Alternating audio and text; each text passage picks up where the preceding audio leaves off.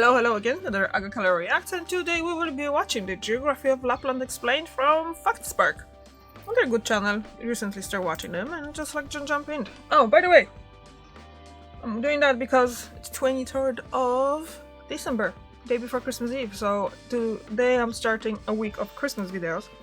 And today will be one thing, tomorrow will be another one, everything gonna be related to Christmas. And obviously Lapland is the seat of the Santa Claus, isn't it? So let's just jump into it and see the geography of Lapland.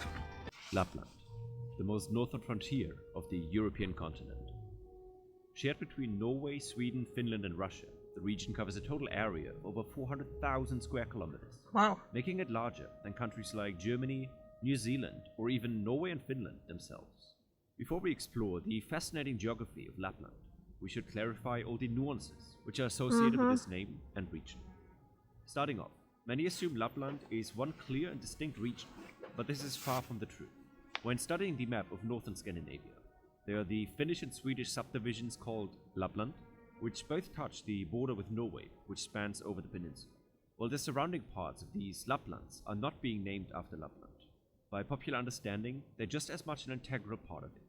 In fact, all of these regions are considered Lapland due to historical context of the people which first populated it. About 3,500 years ago, people from the Ural Mountains in Russia migrated to the northernmost extent of the Scandinavian peninsula and for thousands of years lived completely separately from the North cultures and kingdoms of the south. These people are called the Sami, and their traditional homeland is what people now typically connect with the term Lapland. In most Scandinavian languages today, the term Lapland actually has a derogatory connotation, with Lapp meaning something along the lines of silly, uneducated or backwards, and the geographical term Sapmi is preferred by Sami people, which is what we'll use from now on when referring to the region. So basically kind of like every country have their own region when they presume that people from there are just like uneducated and backwards and all that, isn't it? Like, I don't understand. Where's that coming from? Do we really need to put people down? Is that really in the human nature to do it, something like that? As a whole.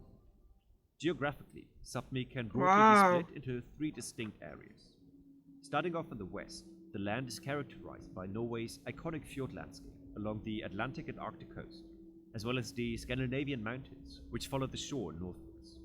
From the mountains eastwards comes the Swedish Lapland, with its great rivers running from the northwest to the southeast, like arteries of the land, as a result of glaciers which have carved these distinct channels for thousands of years.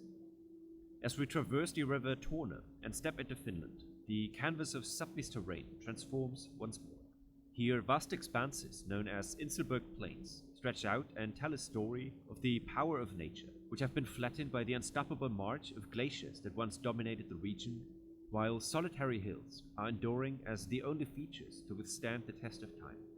When these mountains reach above the tree line, they are actually called fells, and across Sapmi they have some peculiar stories to tell. The highest point of Finland, for example, lays on the fell called Halti, but this point doesn't actually represent the mountain's peak.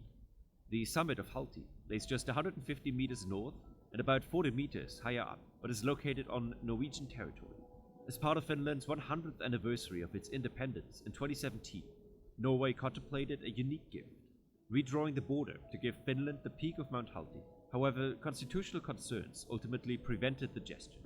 Another interesting story that would be a nice gift, isn't it? Sapmi's highest peak, the Swedish Kebnekaise.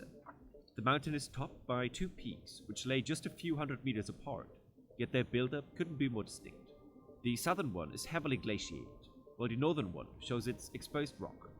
Since the beginning of scientific recording of its height in 1880, the southern peak maintained the title for the highest peak in Sapmi and Sweden as a whole. But summer measurements at the end of the annual ice melt in 2019, for the first time, revealed that the southern peak has lost a total of 24 meters since the 60s, giving its title to the northern Rocky Peak. For now, this title will swing forth and back as the seasons change, but the trend is clear that soon the more treacherous climb to the northern peak will be necessary if you want to be on top of Sapmi.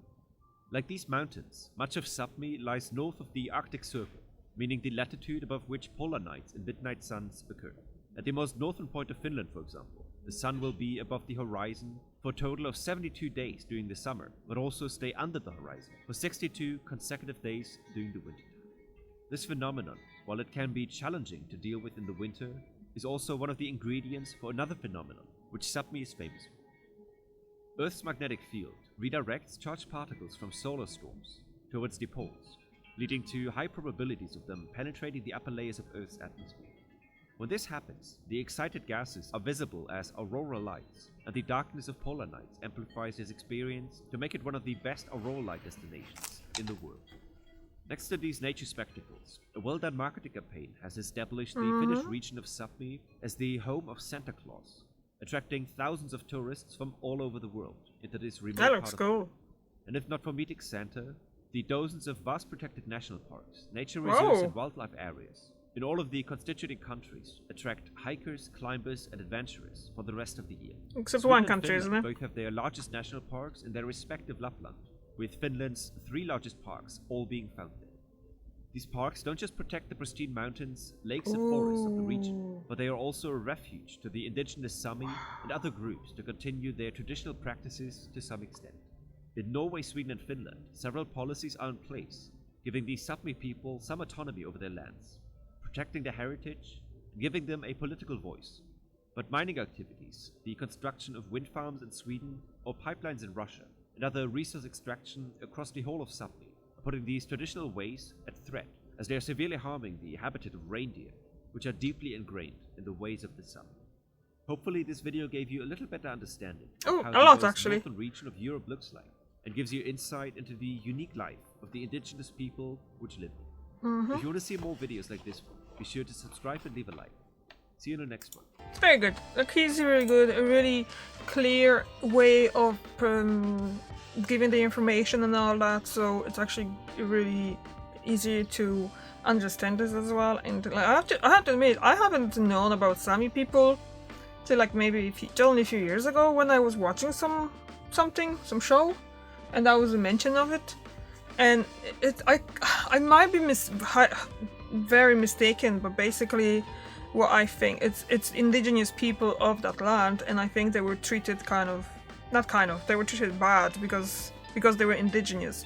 So the situation of Sami people, it's it could be compared to situation of Native Americans or Aborigines or people in Africa as well. In my opinion, I might be highly mistaken, but I don't think I am that bad. So, like, I'm living in. I grew up in Poland, and I never heard about it until I actually watched something as only a few years ago. So, yep. Alright. Thank you very much for watching. What you think about Lapland? Would you like to visit? Because I definitely would. And I see you tomorrow. Bye.